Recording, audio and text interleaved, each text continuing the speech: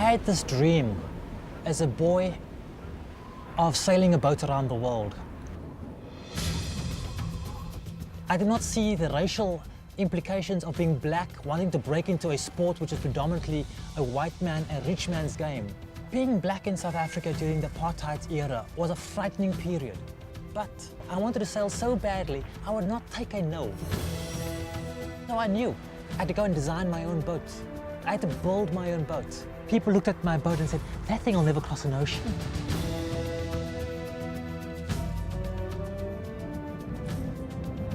I was approaching hurricane strength winds. I would hold my breath, and sometimes I couldn't hold my breath long enough. I fought to the very, very end. 2 days later, I saw Cape Horn. I could not believe that I had actually just achieved it. I had just sailed around the world. I was a child with a dream. I was a boy who tried the dream. I have now become a man who has succeeded at the dream, and you are part of my success. I want to say thank you very much.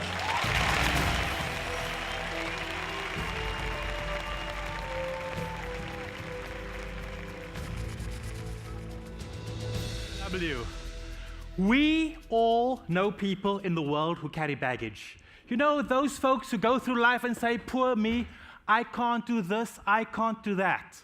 Well, ladies and gentlemen, guests of Transplace, I don't want to talk about baggage. I want to talk about a treasure chest. Instead of bags, a treasure chest.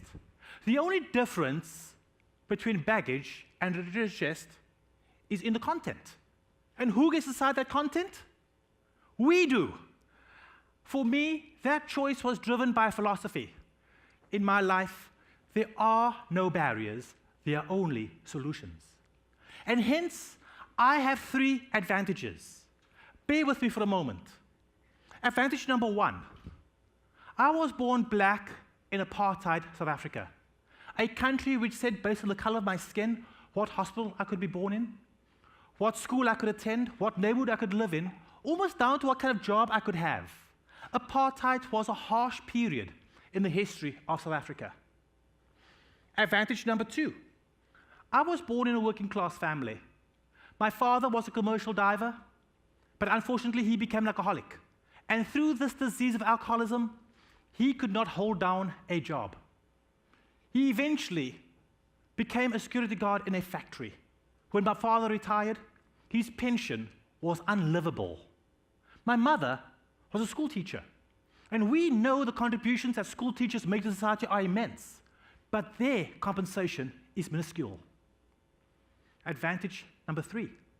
You see, I can walk today, but I don't take this for granted, because I could not always walk. When the big guy upstairs handed out hip sockets, somehow I was not paying attention. In the left hip, where we should have a complete ball and socket joint, I lacked the cup of the ball and socket joint. This was discovered when I was 18 months of age, and my first surgery happened shortly thereafter. By the age of 5, I had gone through 3 major surgeries. That last surgery after my 5th birthday left me in a body cast from my ankle to my chest. If I wanted to see a different view, a nurse or a doctor physically had to pick me up and shift me around. Ladies and gentlemen, you just heard me speak about my 3 advantages. But you just heard me speak about prejudice, economic hardship, and physical disability. And you're shaking your heads. And you're saying, this guy's crazy. Those are not advantages. Well, each and every one of us in this room has been dealt a hand of cards. We can't change that fact. But how we choose to play the hand is totally up to us. We have a choice to say, oh, poor me, and feel sorry, and carry the baggage of all of those pretty harsh and horrible things. Or instead, we can rise up and say, if I can overcome prejudice, economic hardship, or physical disability, then whatever else life throws at me, I shall overcome that too. It's about our attitude. We call today the present because we have the gift of life. We get to choose how we look at things. We get to choose whether we carry baggage or instead a treasure chest. So, as a kid growing up, yep, this was my reality. But that did not mean that that would be my life. Now, to understand the journey I'm about to take you on, from the shores of South Africa to where we are now, I've got to lay down a little foundation. And that foundation was a teeny little woman, my mother. My mother was the most powerful woman in my world. My mother was a school teacher, and she would never allow me to feel sorry for myself. She said that life isn't always fair. Sometimes you have to work harder than others. You always have to work smarter. But if you have a dream, if you have a goal, be willing to fight for that. Be willing to die for that. And my mother lived by example. Now, a little bit of a background to Neal Petersen. My mom went to high school in an era when very few women went to school. And she graduated near the top of her class. And then she got a scholarship to university. And even fewer women went to university. We are talking in the 1940s. And Mom didn't just become a university student, she became one of the best university students in Cape Town.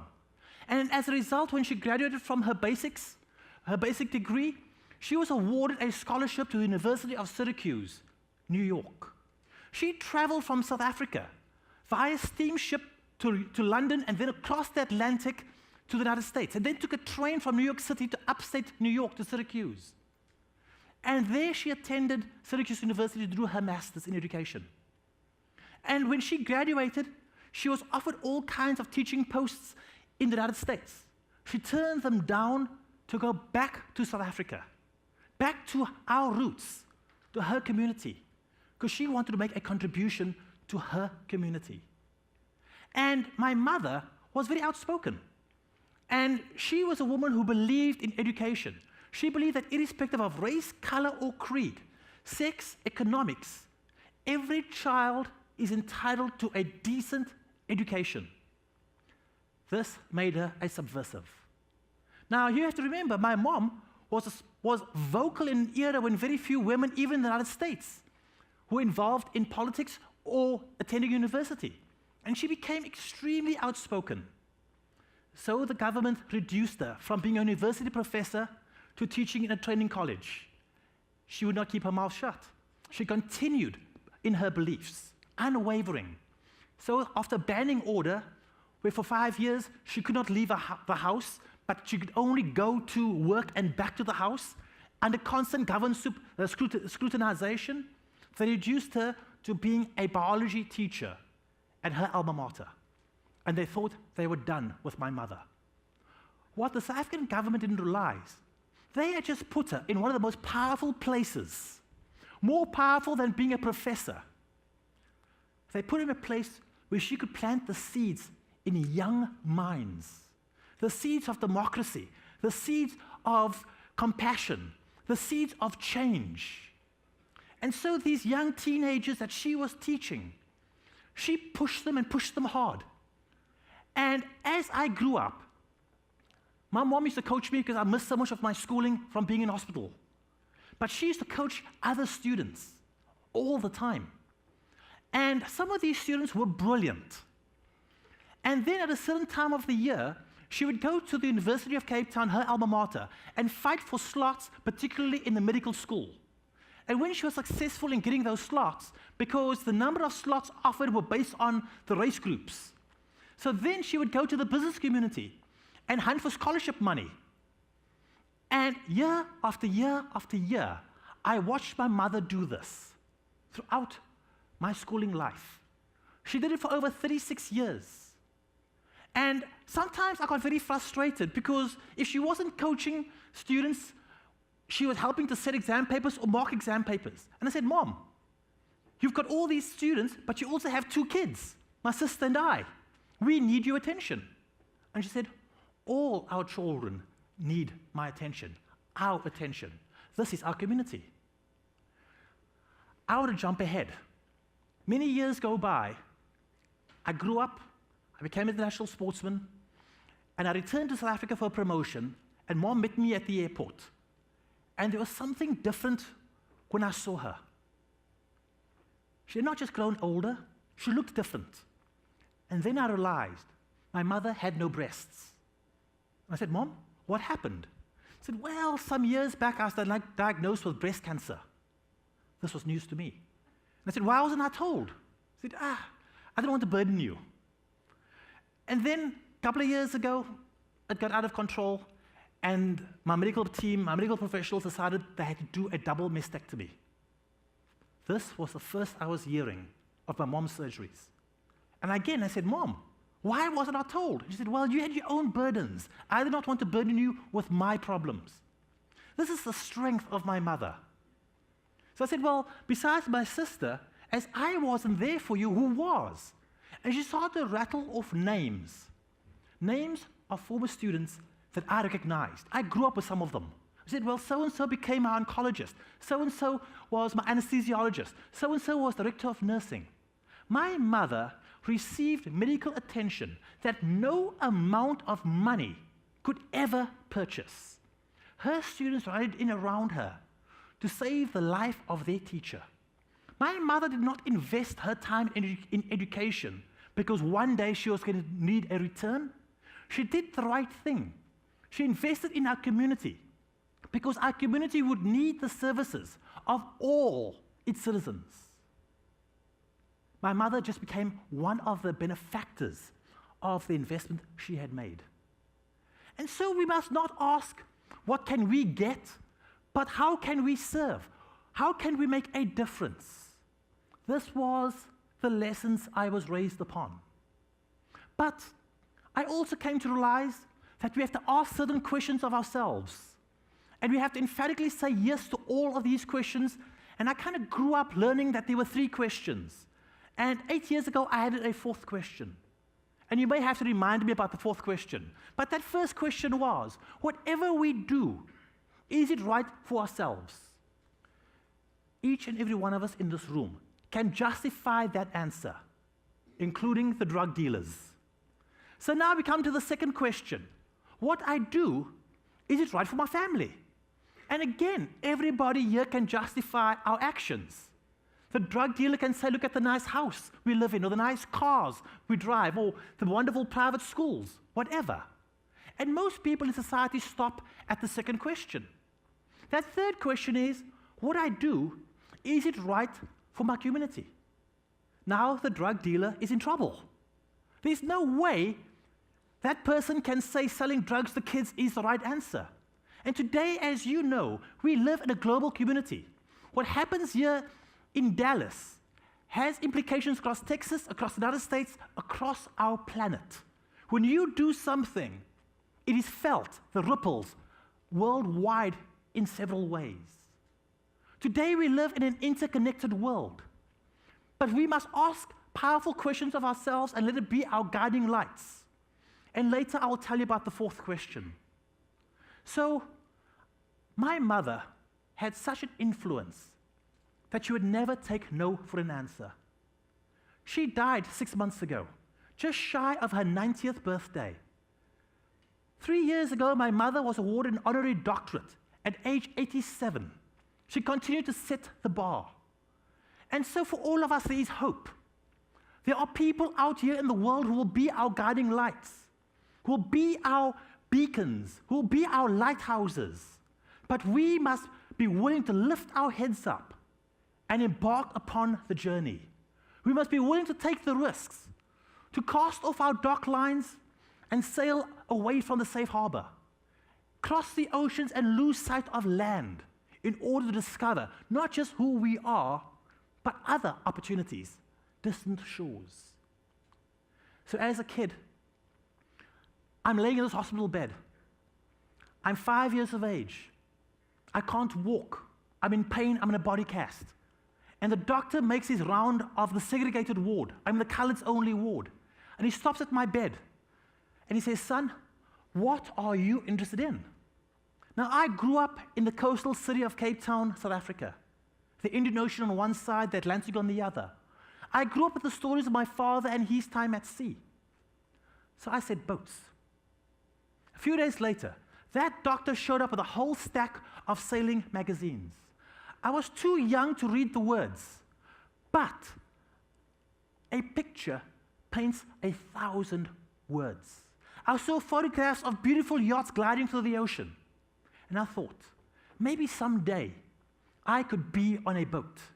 I saw pictures of sandy beaches, turquoise waters, palm tree-lined bays, the tropics, the Caribbean. And I thought maybe someday I could experience what it's like to visit a Caribbean island. What those photographs did was they gave me hope. For each and every one of us, hope is the energy of change. Where we are right now does not necessitate that we'll spend our entire life in the same place. Hope separates us from other species on this planet and becomes the energy that drives us to look to that future, to be positive, to choose whether we carry the baggage or we find our treasure chest. Never give up on your hope, your dreams. So I started to grow up, and my school friends, they were a pretty rough bunch. They used to run around and kick a ball, play this game called soccer, a game that everybody in Europe and South America plays. Very few in America play it. And I stood on the sidelines on my calipers, and I wanted to be with them. I wanted to kick the ball. And they said, hey, you're a sissy. Go play with the girls. I'm still perfecting playing with the girls. But in that rejection lay an opportunity. Instead of being crushed by the rejection, I withdrew to public libraries, and I began to read all kinds of books. But unfortunately, our libraries were segregated. I was sent to the coloreds-only library, which was a one-room library, and it did not have many books, and not the books of my interest. And so I found out that the books on the sea, the books on adventure, on ocean travel, were in the whites-only library. So I hobbled over to that library, and I stood in the aisles and I read those books. And then one day, I found the courage to check out some of those books. And the librarian allowed me to. The years passed by. I got to read about the great voyages of discovery, the great adventures. I got to hear the name Harry Mitchell and other amazing single-handed sailors, the early explorers of the solo ocean racing world, ocean sailing world, the historic voyages. And then, at age 11, I came across a book that was to change my life forever. Joshua Slocum, Sailing Alone Around the World, the story of a man from Massachusetts who had circumnavigated the globe around 1895 to 1898, over 100 years ago. And this man spoke about his adventures, the people, and this place called Cape Horn, the southernmost cape of our planet. And I thought, wow, I want to be a sailor. I want to own a yacht and see the oceans of the world. I remember going to my dad and saying, hey, Dad, please, can we have a boat? But my father could not buy me that boat. We did not have the money. But my mother said, son, stay reading, stay dreaming. The application of knowledge truly is power. I said, Dad, as you can't buy me a boat, will you at least take me to the local yacht club? Let me tell you about the local yacht club. Rich and elitist. The only time somebody from my community showed up at this yacht club was to wash dishes in the kitchen or fix broken gear. But I was taught to have courage. And I went from boat to boat and said, will you please take me sailing? No. Oh, please, will you take me sailing? No. Please, will you take me sailing? Please, will you? Yes? Yes. Sure. Yes. I got out there, I got in that boat, and guess what? I got seasick. But I read that some of the greatest sailors in life overcame their seasickness by being involved. When I first showed up on those boats, I had very limited knowledge. I had some academic knowledge from some books. I was told to sit here, be quiet, follow instructions of the captain. I sat there, but be quiet was not part of the equation. I asked questions. How do you do this? How do you do that? Can I drive the boat? How many of you in this room are parents? Okay, the majority of you. When you say no to your kids, do they just roll over and say, sure, mommy, sure, daddy, you're right? They wear you down. They only see the end result of what they want. They don't see the difficulties, the problems, the challenges. They know they will overcome it because they are so driven by that end result. I was the same. I wanted to be on those boats. I wanted to sail. I didn't care I was seasick. But yet, when we become adults, we lose that child in us. We take no at first and face value. We must never give up. And what those children have, what we have and we seem to lose, is passion and enthusiasm. When I arrived on those boats, I might not have known much about sailing, but I had tremendous passion for the sport, tremendous enthusiasm to learn and be a part of a team. I'm not sure if you can teach passion and enthusiasm. I think it's innate in people. And I think it is also contagious. It can be inspired by being around passionate and enthusiastic people. So as you're looking to your companies to grow your organizations, find people who are passionate for the intermodal world, who are passionate about shippers, who are passionate about who you are and what you do, because then you can teach them skills. And it's hard finding drivers today. The markets are changing. You've lost 3% of your drivers through the change of legislation. It's a tough job being on those highways. But there are people who this is their world. This is what they love. You could find the clones of those folks and give them the tools to be successful and to bring others along in that journey. So I knew somehow I am going to own a yacht. So I said to my school friends, one day, I'm going to have a boat. And what do you think they did? They laughed. They said, you'll never have a boat. Give up the dream. So instead of giving up the dream, I got myself a red jacket, a red sailing jacket, and I hung it where I could see it. And I said, one day, when I own a boat, I will wear this jacket as a symbol of that success. Till that day comes, each time somebody criticizes the dream, I will know what I'm sacrificing for. Do you have your version of a red jacket? Do you have some dream, some goal that you are willing to put your life on the line for? Are you willing to die for that dream? Find the dream. Because those who live life with enthusiasm. They live for the goals, they live for the dreams, and they overcome all the barriers. So, as a youngster, my parents could not give me train fare or pay my yacht club dues. We were poor.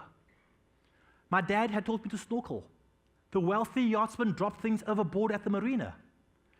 With fins, a swimsuit, mask and snorkel, I could dive over the side and retrieve it. No ma'am, no sir, that's $5 before I gave it back. At age 13, I built my first company.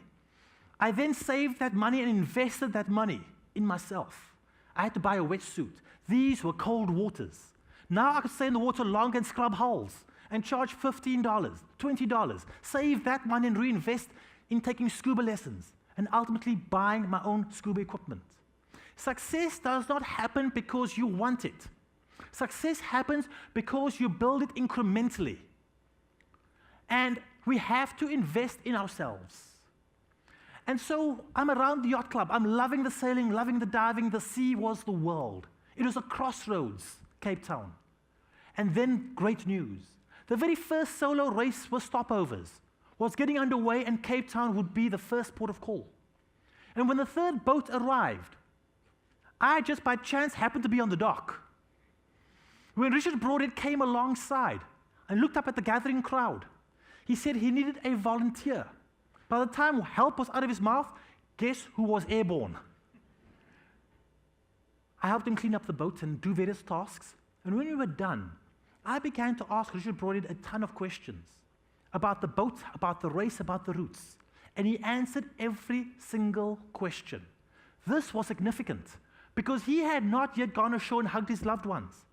But he found the time to talk to this kid, to help me realize that whatever I wanted, it lay within my grasp if I was willing to work hard, work smart, and build the necessary relationships to make it happen. Now my horizons had completely expanded. I had dreamt of doing a race called the O-Star race from England to America, a solo race. But now the dream had gone beyond the solo race across the Atlantic Ocean to wanting to race around the world. Racing a boat across an ocean, racing around the world, those seemed like fantasies of a 13, 14, 15-year-old from my community, not realities. Those were big dreams for successful people, great sailors. But I hung on to those dreams. You have to have a vision. You've got to know why you get up in the morning, why you put on your shoes and get out into this world and go and do what you've got to do. It's not just about putting food on a table. It's about feeding your soul. It's about feeding that drive, that inner drive to being alive.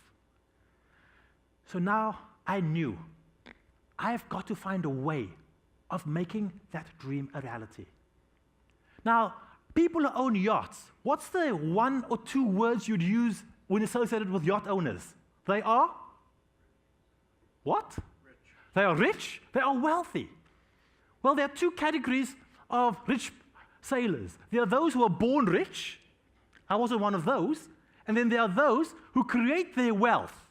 So I looked at the second category. Those who created their wealth. What did they have in common? And I found they had a knowledge base.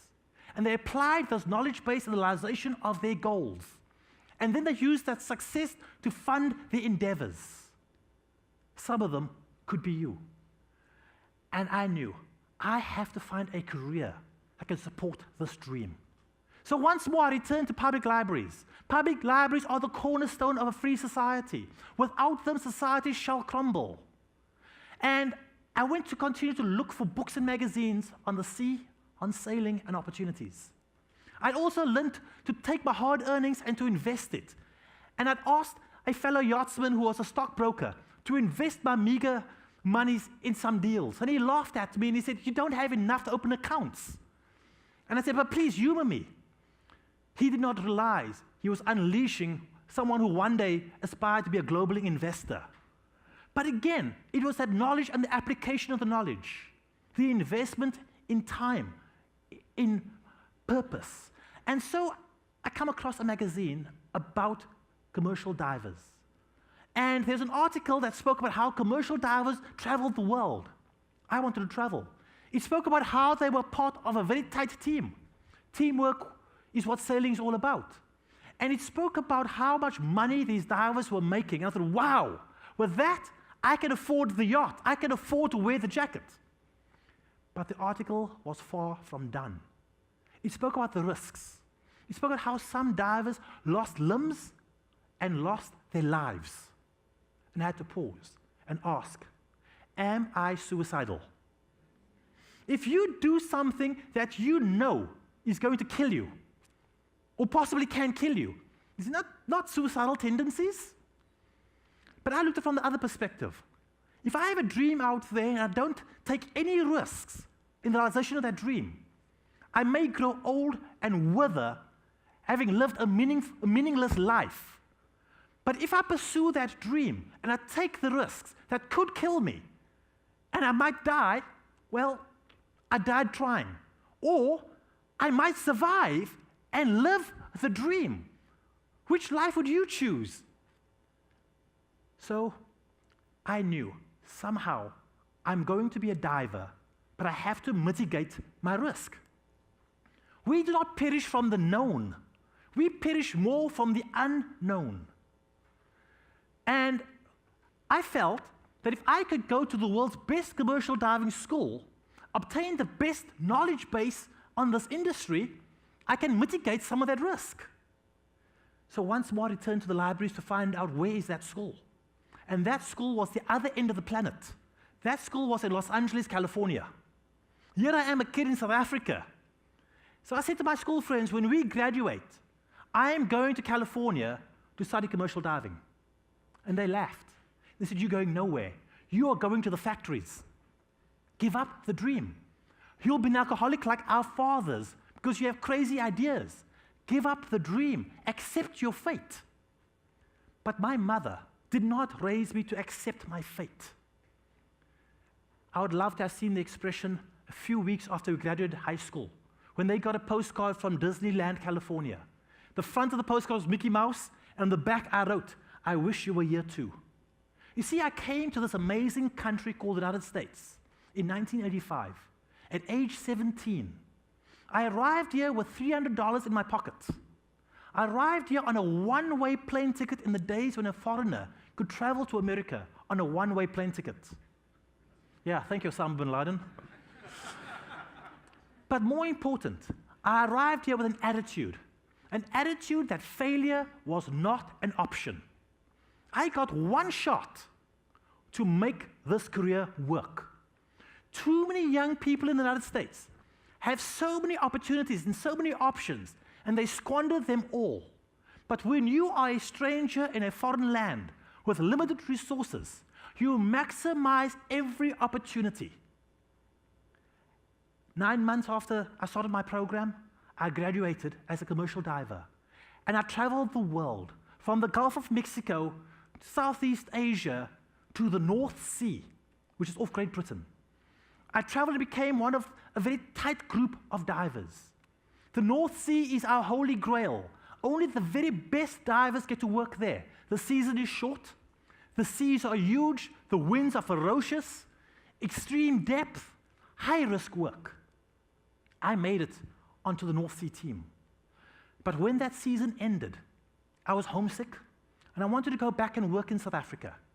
South Africa's summer was beginning as the European winter was setting in. So I fly back to go and knock on the doors of the South African oil companies, only to be told there was no work for me. Yet I would meet fellow colleagues who were happy to see me, to pick my brains about some of the solutions I'd worked on in other oceans. And I thought, why do they have the job and I don't? It boiled down to one phrase: apartheid. It was about the color of my skin, not my skills. And the oil field industry doors never did open. The only work I could find was mining diamonds on the ocean floor. Now, many people said that there was a job beneath me. Ladies and gentlemen, there are no jobs beneath any of us. If we want to be successful, if we want to wear the jacket, we have to do whatever it takes to achieve that. So the commitment was to become the best underwater diamond miner.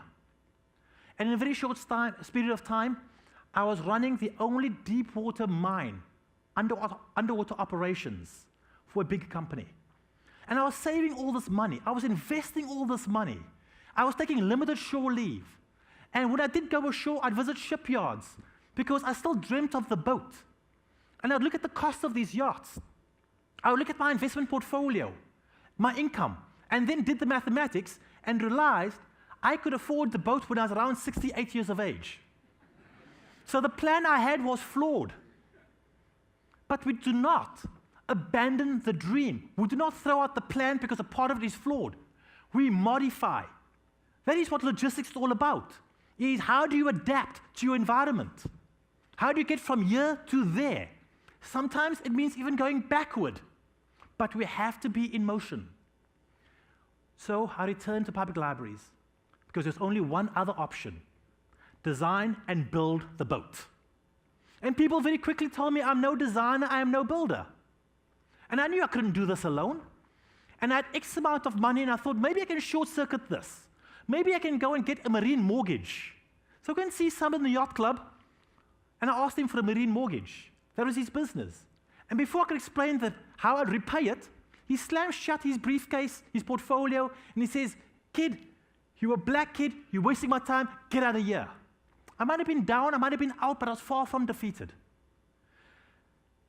Then I heard them laughing at a guy they called the Crazy Dutchman. He was a boat builder, but he did not marry somebody from within his own community. He married outside of the community. He was an outcast. And I went up to this guy, Marinus, and I said, "Marinus, you need a customer, and I need a boat builder. Let's form an alliance, let's form a team, and let's go and build a boat." We began the journey of building a yacht. Folks would show up in the boatyard and look at this thing we were building, and they would shake their heads and they'd say, "Gee, guys, what is this piece of junk you're building?" And we stood there and said, "It's a boat." And they said, "Do you think the thing will float?" And I said, "It's a boat. Boats float." Blood, sweat, tears went into this. Eventually the day came when the truck arrived to tow the boat out of the yard. The crane lifted the boat off the cradle and swung it over the water. And I launched my 38-foot yacht. It was a proud moment when I stepped aboard my yacht for the very first time. There she floated. I got towed around to a part of the yacht club where there was this beautiful 100-plus foot yacht. And this 100-foot-plus yacht belonged to none other than the banker who had thrown me out of his office. And he was saying to his friends of how embarrassing it was to be on the same dock with my piece of junk. Yes, my boat was home-built in many ways. It lacked the fancy equipment, the fancy paint job. But I got tired of hearing him criticizing my boat. And I stood on the deck and said, "Excuse me, sir, is your boat fully paid for? Because mine is." Never judge somebody if you've never walked a day in their shoes. So I decided it was time to make the announcement. I wanted to be the 4th South African to enter the O-Star yacht race, the solo race from England to America. This race was made famous by my hero, Harry Mitchell. 3 South Africans had done this event before me. So at the press conference, they very quickly pointed out some harsh realities. My 3 predecessors each had been a naval officer. I never went to the Navy. Each one was given the national yacht of the country. I built my own boat. Each one was supported by naval cadets. I looked behind me. There was nobody. Headlines of the sports section of the papers. The headlines read, "Petersen sails floating coffin." And with that, all possibilities of finding sponsorship were dashed.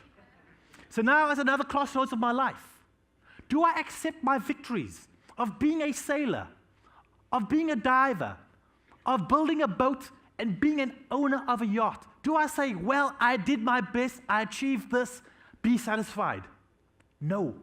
We don't give up on the dreams, we evolve, we elevate. So I said to my friends, I've got to go. I said to the family, I've got to bid you goodbye. I'm sailing to England. I had limited resources left. I was just about out of money. Now, there was a thing called GPS, satellite navigation. I couldn't afford it. So with the last of my pennies, I bought some ancient technology and I bought a book and bid the family goodbye. I bought a sextant, 500-year-old technology. People like Ernest Shackleton, Magellan, they had used this to find their ways for hundreds of years across the oceans. And I bought a book, Celestial Navigation for Yachtsmen. Now, ladies and gentlemen, don't ask me where I was for the first 7 to 10 days. I was lost. I was busy reading this book, trying to figure out how to use this device. Guests of Transplace, if you don't believe in yourself, why should anybody else believe in you? The knowledge is out there. We must be hungry enough to go and find that knowledge. And that's why this conference is so important to you. For 12 years, this symposium has been run, because sitting in these rooms are some amazing brains. You can transcend from wherever you are to wherever you want to be by building the relationships, acquiring the knowledge, and being committed to the hard work. You are part of a great team of folks here. Maximize your networking. But life isn't always fair. Life will test and will challenge you.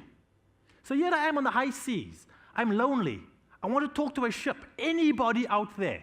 So I look around. When the boom, which carries the mainsail, comes flopping over the deck like a golf club at a golf ball and makes perfect contact with my forehead and splits open my eyebrow, I can see the bone of my eyebrow. I'm in deep trouble. I did not have the money for a middle kit. I did not have a distress beacon. All I thought I had on board this boat was a rusty sailing needle and sailing twine. Could you stitch your forehead back together on a rolling boat with one eye swollen shut with a rusty needle and sailing twine? Could you? Nah, nor could I. So I had a huge barrier. But if I'm to survive, I've got to find the solution. Something is in the treasure chest of life. Then I remembered in science, if you apply pressure to a wound, it will stop bleeding. If you can hold the wound together for long enough, it'll coagulate and grow back together again. Apply pressure, hold together. And with that, I came up with my solution. A clothes peg. I sailed 800 miles like this to see the nearest doctor. The doctor said, "Son, your wound is fine, but you need psychiatry help." This clothes peg is a symbol of overcoming a barrier to finding a solution. Every single day, Your job, whether it's in logistics or whatever it is that you do, it's about finding solutions. Finding solutions for your own companies, finding solutions for your customers. But if you don't find the tools with which to find those solutions, you're going to be stuck on the sides. You're going to be marginalized. The answers are out there. We've just got to get creative in how we find them and who we find them with. Now, I did not make Plymouth, England that year my destination, the start of the race. I ended up in Ireland because my boat got damaged. And a lot of media was around my arrival in Ireland. And the tide had gone out. I'm on board and I hear, "Laddie." So I look up. So a handful of guys up there. And they look down at me and says, "Laddie, where on earth did you say you're coming from in this thing?" And I said, "South Africa." And they shook their heads and they said, "You're crazy. But where did you say you're going?" And I said, "I'm entering this race across the North Atlantic, the O-Star, single-handed." They said, "Now we know you are crazy, but we will help you." For the first time, a team of folks came behind and unconditionally gave me support with whatever resources we could muster to fix my boat. When people help you, there's a very simple thing we say. We say thank you, but there's a huge thing we can do. We must let our actions of appreciation speak louder than the words. So I went into the schools in Ireland to talk to the youth about the application of their knowledge for the realization of their dreams. Education is the only thing that's going to get us to move from where we are right now to where we can be in the future. A lack of education will move us backwards. We heard earlier the previous economist talking about the importance of education. The United States is in trouble. We have spent the last 30 years trying to level the playing field so that Johnny doesn't feel inferior, when other countries are raising their education standards so that their Johnny who feels inferior better pull up his socks. It is only through knowledge can we change our lot. All those emerging countries out there, where some of your manufacturing is being done, where you are shipping some of your products to, they are emerging because of education. If we don't invest in our youth in this country, in 30 years' time, we can be irrelevant.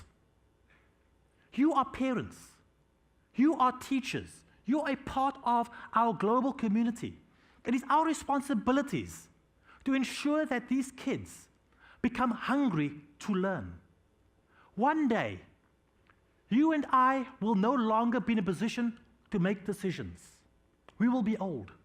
And there will be somebody who's going to make decisions on our behalf. If we don't like the outcome of those decisions, it is not because we failed ourselves. It is because we have failed this generation. This generation is not just your workers. They are not just your partners. They are also your consumers. There are multiple legs to our society, and they are a critical, important part of our society. Invest in that knowledge base as you've invested in yourselves. And in my journey around Ireland and around the world, but in Ireland, I ended up meeting an Irish lass. Her name is Gwen, and I ended up falling hopelessly in love with her. We became inseparable. But then the day did come when I had to sail away from Ireland to the start of the race. I might have been alone on my boat, but I had the support of Ireland and the love of Gwen. I arrived in England. I'm on the dock with my hero, Harry Mitchell. I remember walking over to him to shake his hand, to tell him what a hero he's been to me, and that now I've come to race against him, and I've come to beat him, my competitor. I entered the race. When I crossed the finish line, Harry Mitchell had beaten me into America. So I had to do some evaluation. Why did my competitor beat me? So the first thing I did was look at the size of his boat. He had a 40-footer, I had a 38-footer. His boat was just 2 foot bigger. It's not about the size of the boat, it's about how do you execute the strategy. So the next thing I looked at was his age. Harry was in his mid-60s. I was 24. There was over 40 years of knowledge difference between him and I. What he forgot, I still had to learn. So Harry said something very profound. He said, it is your dream to be a sailor. It is your dream to build your own boat. It is your dream to race across an ocean, finish this event. Now what? We always have to keep finding ways to elevate ourselves. We can never become complacent. So I said, Harry, I know that in 2 years' time, you're going to make your second or your third attempt to race solo around the world. I'm going to meet you on the start line in Charleston. I'm going to race against you, and this time I'm going to beat you. We shook hands. He sailed back to England. I sailed back to Ireland to Gwen. And I said, Gwen, I am entering the longest race on the planet, 27,000 miles around the world. I want you to be a part of the team. I want to build a new boat.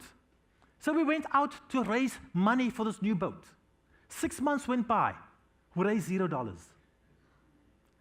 Then I decided to buy a second-hand boat, so I negotiated the price. We go back into the business community. I raised some money, but not enough when an offer was made on the boat, and I could not buy it. Somebody else bought the boat.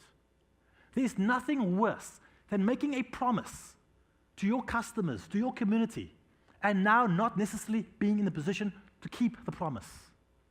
Now what? I had less than a year to go to the start of the race. I'd taken the old boat out of the water to try and save money. We're living on the boat, and I'm walking around the boat, and I'm thinking, how do I solve this issue? And then I looked. The minimum size requirement for the round the world race is 40 foot. How big is my boat? 38. How big is my problem? Just 2 feet. I rushed out. I get fiberglass mat. I get epoxy resin. We stretch the back of the boat. We repaint the back of the boat, the whole boat. We rename the boat. And I showed up at the greatest yacht race in the world in my new 40-footer. Truly, where there is a will, there is a way. 19 of the world's greatest sailors gathered in Charleston, and I was the 20th guy.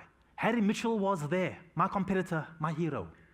And when that race in 1994 started, I got to race from Charleston, South Carolina, down the Atlantic Ocean, all the way to Cape Town, South Africa, against my competitor. At times, he and I were in sight of each other. And when I got to the finish line, I beat Harry over the finish line. Harry came last, I came second last.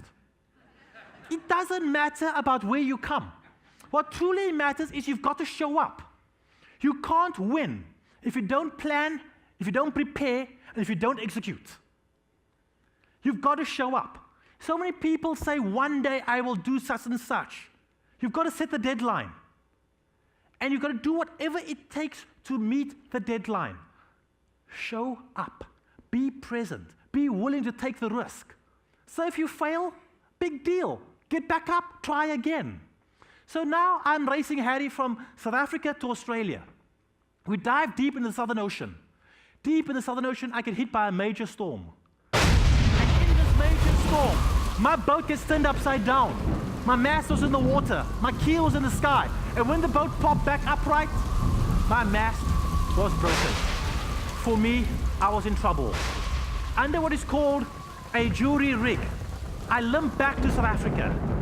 And I'm in deep trouble because this boat that I named the Floating Coffin had almost taken my life.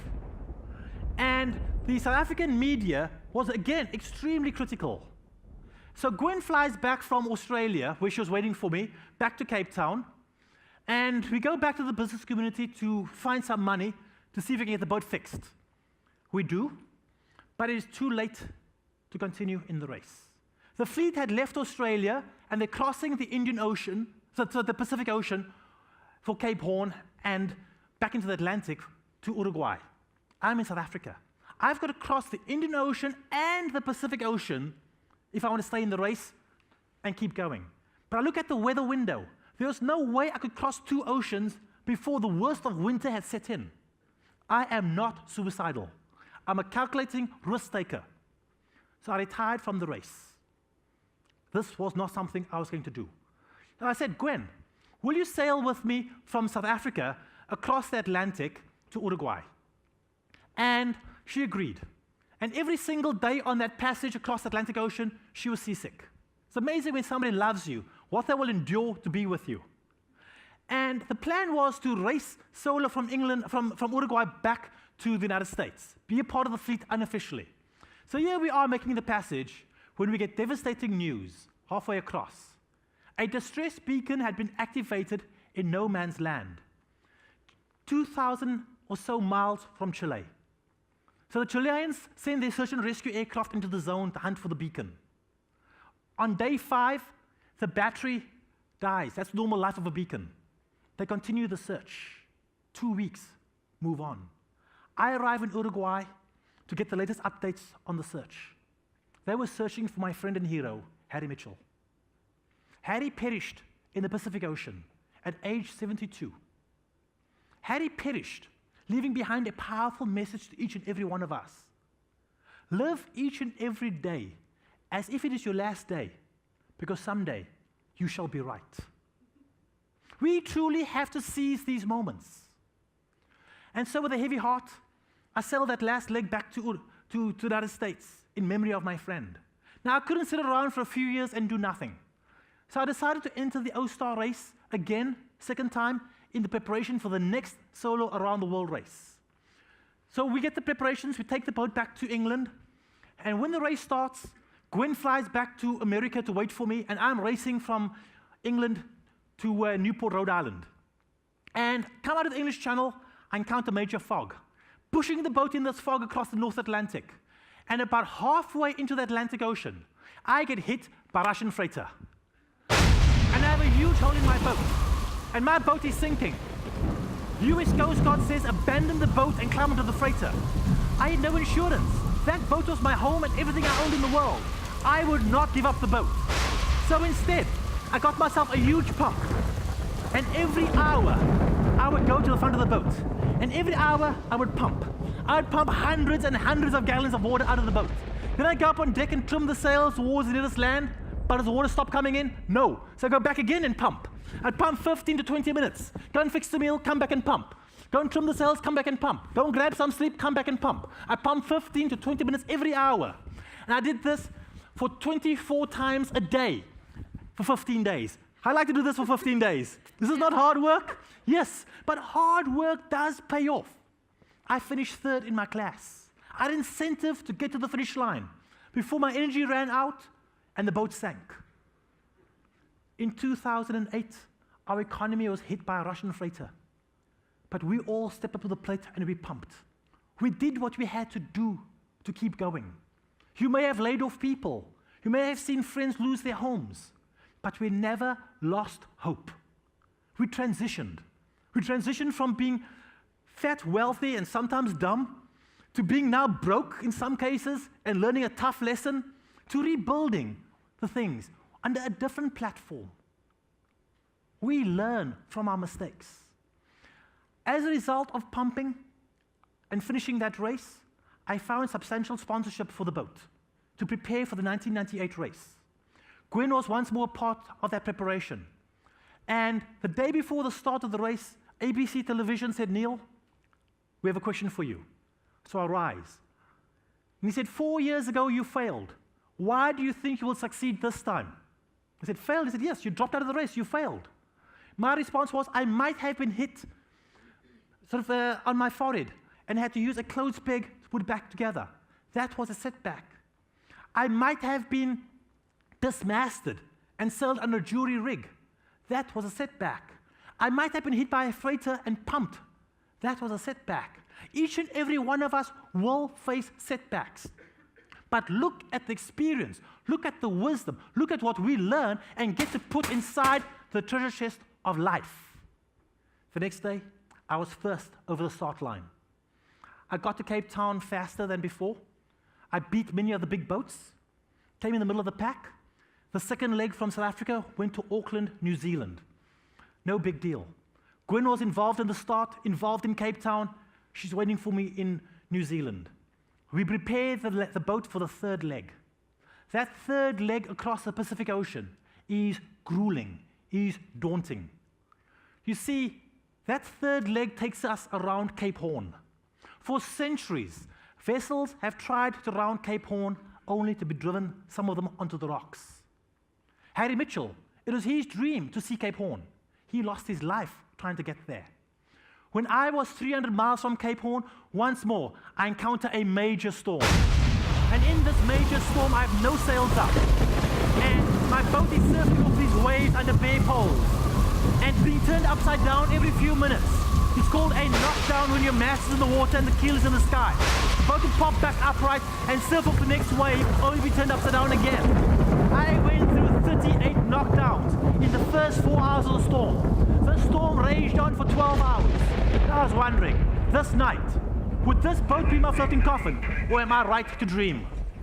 Yeah, that's a Roger, and especially with the barometers falling. Manoro, is your barometer falling as well, over? On March 11th, 1999, 300 miles before Cape Horn, Neal's dream trip turns into a nightmare. A massive storm hits. Winds are as strong as a hurricane. The waves smother him as he rides out the storm in the cockpit. Tethered to the deck with a 2-foot safety harness, he pulls down all his sails and tries to steer his boat through the churning swells. Repeatedly, his boat is knocked over. Unfortunately, this is the result of all the knockdowns we've taken, all over the place. Lockers broken, so it's been pretty tough. 2 days after surviving the storm, Neal sights Cape Horn. At last, he experiences the awe others wrote about in the books he read as a child. He feels immense joy. After all, more people have traveled into outer space than have sailed past this place alone. Well, there she is, the Horn and I. What a sight. And it's just been absolutely great being here. It's taken 17 years of dreaming. It's taken a lot of planning, a lot of preparation. It's taken the support of many people. My sponsors, my family, most important Gwen. But we are here. I think of Harry Mitchell, who gave his life for this site. And a few minutes ago, I paid tribute to my friend Harry. You know, it's a very special place, this, the bottom of the world, the edge of the world.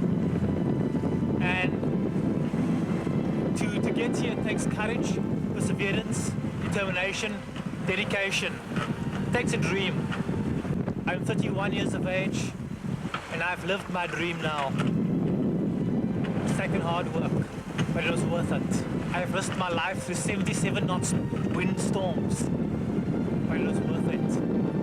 I hope every young person has an opportunity to live their dream as I've now lived mine, to look at this magic piece of land.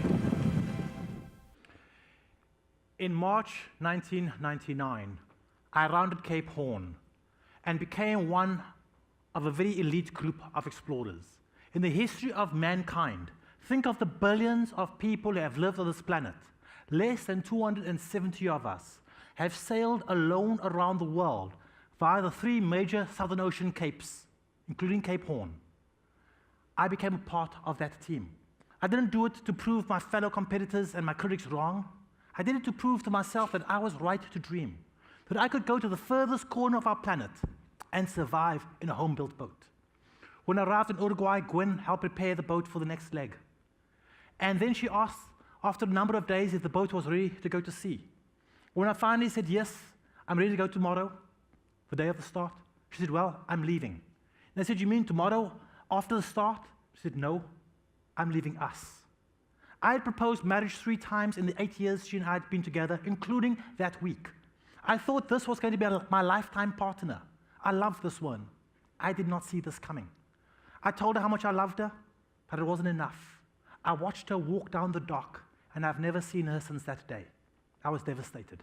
I had to climb on that boat and continue racing, knowing she would never be at a finish line ever again, waiting for me. But it's amazing how time will heal all kinds of wounds. We just have to sometimes let go. And eventually, there was the finish line. When I crossed the finish line, I had just raced 27,000 miles around the world. It had been 9 months from leaving Charleston, South Carolina, to coming back to Charleston, South Carolina. I'd been 195 days and 16 hours in total isolation. I'd become a solo around the world racing sailor.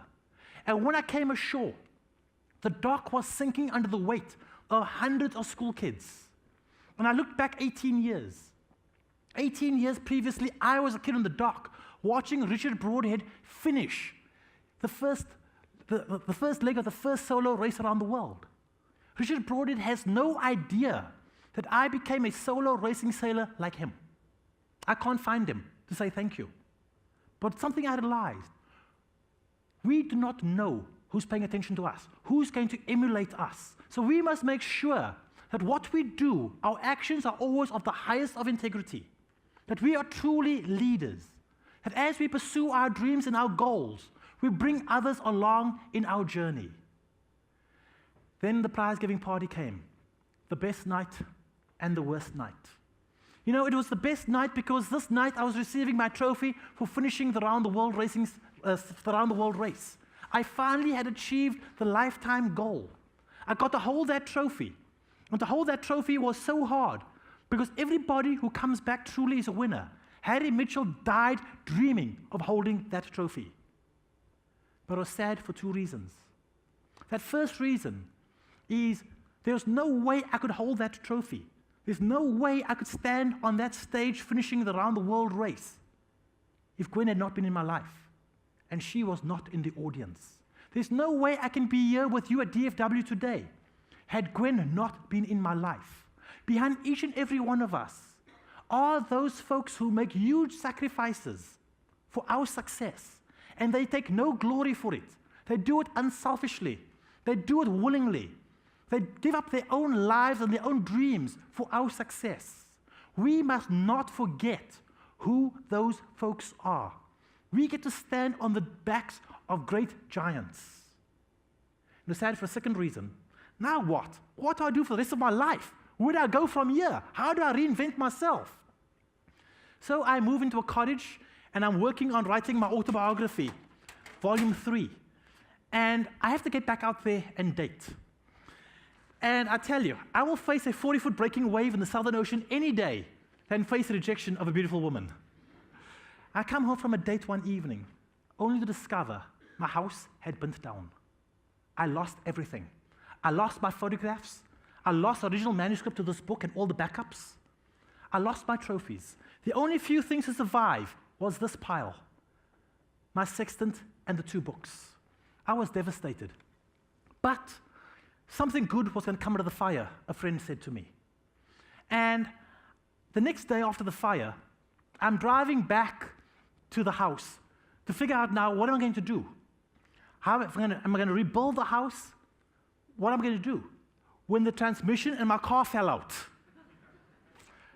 First the girlfriend leaves, now the house burns down, now I've got no car. I mean, gee, am I supposed to be ashore? So I call a car dealer friend and says, Eddie, you've got to help me find a car. And this is my budget, and I need a reliable car. Now, my budget and reliable shouldn't be in the same sentence. I was looking for a miracle. And he calls me up the next morning and says, guess what? A miracle just happened.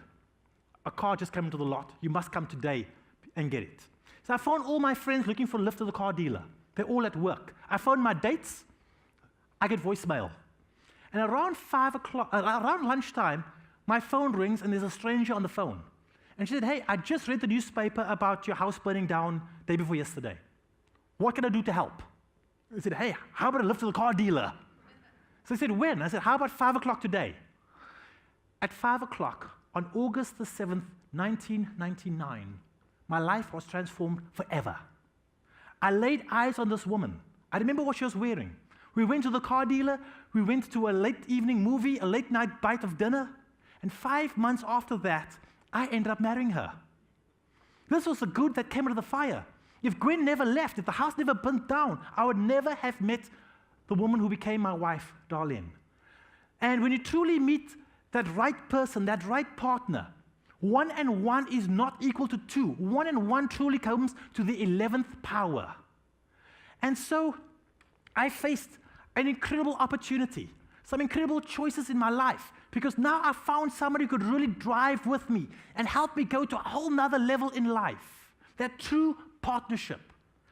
And Darlene and I have traveled the world. Now, Darlene has a son from her previous marriage who's 1 year younger than I am. And so he has an 8-year-old daughter, which makes me a grandfather. And until about 3 weeks ago, my granddaughter was on board the yacht for 5 months. Darling and I have not only just bought a home in the Caribbean, built a home in the Caribbean, we've also bought an incredible yacht. The very boat out of the magazines I read as a child. I now get to roam the tropical sandy beaches and the palm trees every single day. I left the Caribbean yesterday to fly here, and I'll be back on board my vessel in less than 18 hours. But I'm on my boat, and my granddaughter is on board for 5 months with us. And the first time, 8 years ago, when I held this little girl in my arms, I asked myself the fourth question. That first question is, what I do, is it right for myself? Yes. What I do, is it right for my family? Yes. What I do, is it right for my community? Yes. But what we do, is it right for the next generation? My granddaughter represents the next generation for all of us. We must make sure that our actions are positive, that we make decisions environmentally, we make decisions politically, that are going to have positive ramifications for future generations. Our politicians, if they thought about some of the challenges 20 years ago, we would not be dealing with them today. So we've got to hold people accountable for what they do. Each and every one of us are accountable for who we are and what we do. And we have a choice. We can go through life and say, poor me. Or we can embark upon the greatest journeys and say, wow, what an adventure. We have the choice of whether we carry treasure chests or we carry baggage. I've chosen to carry a treasure chest because I truly believe in life there are no barriers, there are only solutions. Thank you so much for being here. I appreciate you.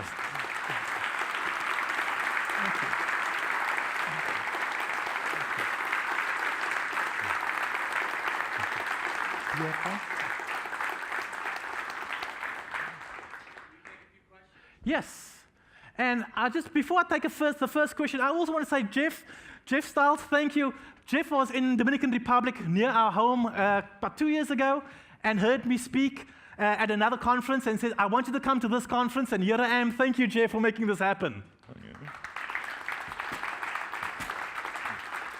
So we've got a few minutes to throw out a couple of questions. I have one. Yep.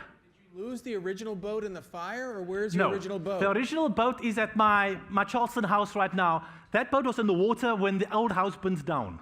And I still have the boat. It's a big lawn ornament. But it's my history. And one of my hopes, one of the dreams, is that someday Hollywood will wake up and stop making some of these horrible crap sailing movies that they keep releasing. And let's make a real movie. And I've got the prop to go with the real movie. Next question. Don't be shy. There's no dumb questions. No? I have one. Yeah, okay, here we go. And whilst we're taking this question and getting the mic, can we start lining up the second question? Who's got the next question? Please make sure you got the mic in your hand. Okay. Just out of curiosity, when's the last time you made another cross-ocean voyage? The last time I made a cross-ocean voyage was 4 years ago.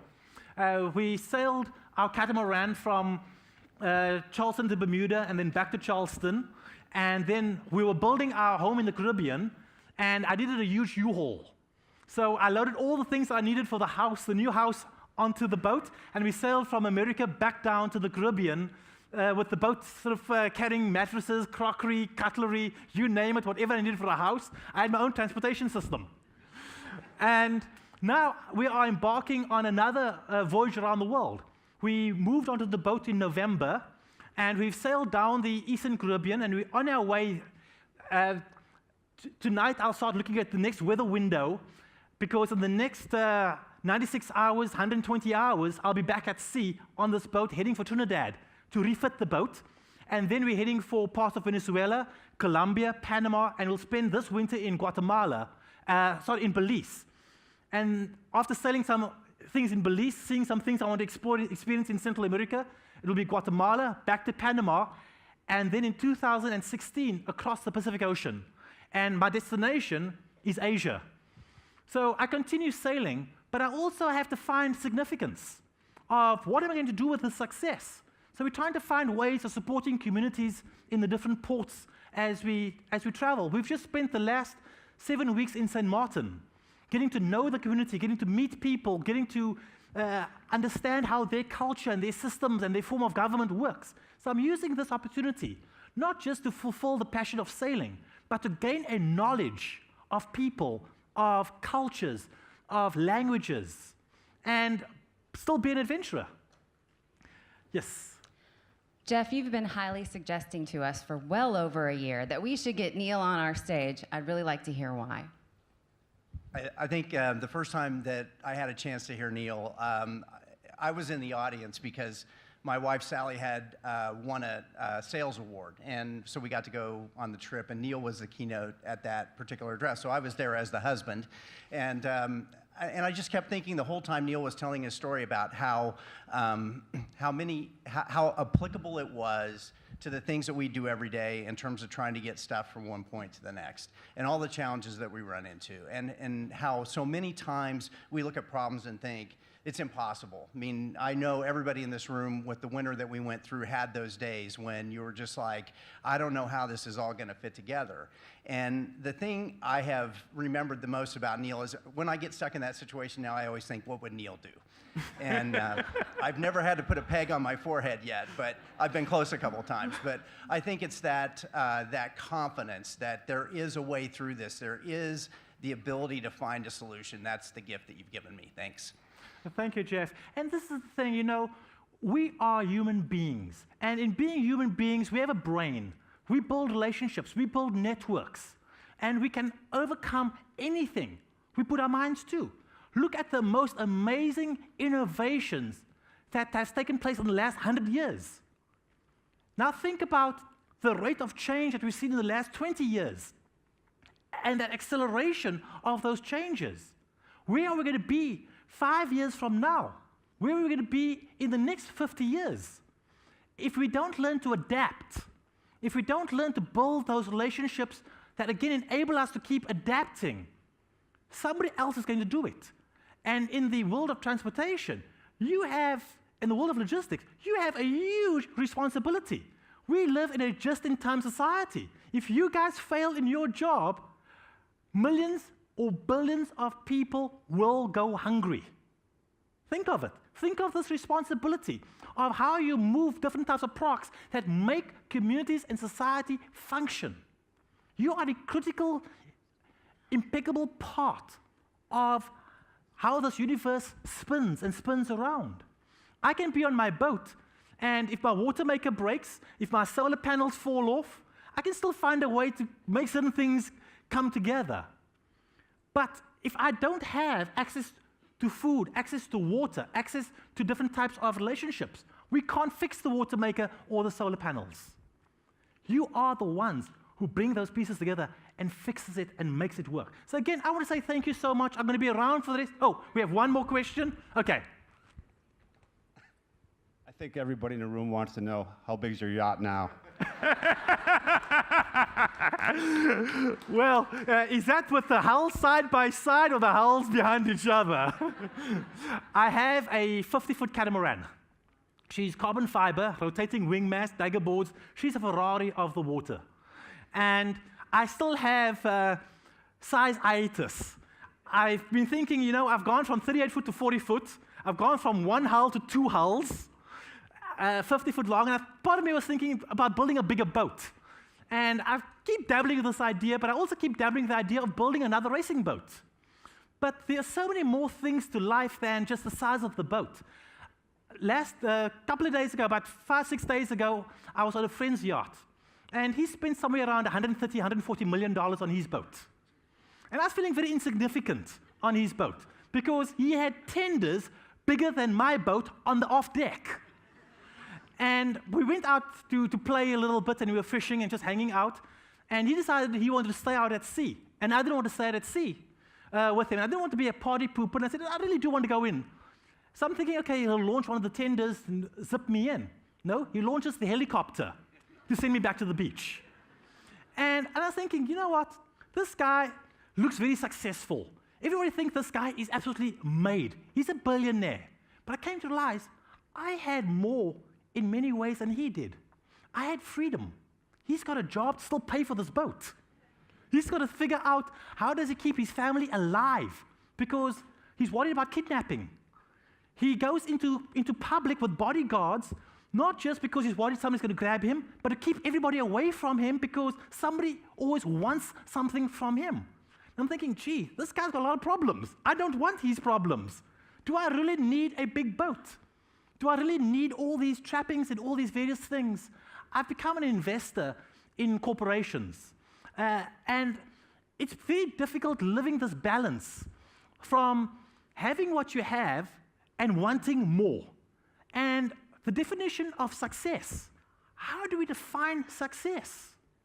For a person who is homeless, getting into a homeless shelter can be success. For somebody who lives in a tin shack and being moved into a concrete house is success. For somebody who has a 50-foot boat and going to a 150-foot boat, that too could be success.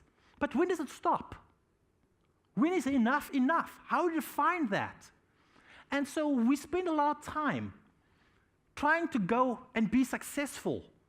But one of the things that Ocean has taught me, and a lot of the folks that I've hung out with has helped me really realize, it's not about what you have. It's not about the success you've created. It's about the significance. How can you change the lives of others? How do you take your skills, your knowledge, and make somebody else better, elevated, create a future that they can look forward to and live in? And I have a problem with the super wealthy because a lot of my friends don't want to pay taxes. They are buying bigger jets, bigger yachts, and they just feel that they are overtaxed. But when you are making more money in interest on your investments or return on investments per day than you can possibly spend, then maybe we need to really look at how society functions. So I'm in a very interesting place right now of I see the wealthy, I've become wealthy, but I see the responsibilities. We have huge obligations as we go forward in this world. And looking back at South Africa, where a country that was torn apart by prejudice and torn apart by poverty, all kinds of violence, and then through Mandela, going to a democracy where everybody got to vote. But then some people losing sight of what the struggle was all about. And Zuma, the current president, building this, the last two presidents building this affluent middle class, very small, very elite of black South Africans, while still the majority of South Africans don't have running water and don't have proper accommodation. And the economic shift that has not taken place in the country, it's still in the same hands as it's been for the last 200 years. I've watched South Africa crumble. I've watched the violence make all South Africans prisoners. I've watched how the lack of education has prevented us from being able to be totally free in South Africa. People live behind gated, guarded fences. When you come through some homes, you go through a cage from the street into the cage, you lock the door behind you, you unlock the other. In case somebody tries to get into the cage with you, you don't put the rest of your family in jeopardy. And then you get to your front door and you unlock that, and your interior doors, you live with lock and key. They've become prisoners. And I'm worried about that. I'm worried about our world, that poverty is the biggest threat to our well-being. And I've seen people with absolutely nothing. I've seen people in the Orinoco River coming out in their canoes to trade with me 5 years ago. And the most generous, welcoming folks. I live in the Dominican Republic. It's where one of my homes are. One of the sad things about the community I live in, this island, women under the age of 25, 70% of them have participated in the sex industry in some form or another for survival. We have challenges, but if we are ever to overcome these challenges, it's going to be us pulling together, doing what is right, being compassionate, utilizing knowledge and education and relationships to make the difference. And then we all will have our freedoms. So again, I'm going to be around for the rest of the afternoon, the evening, and thank you again for having me here, and I look forward to further conversations.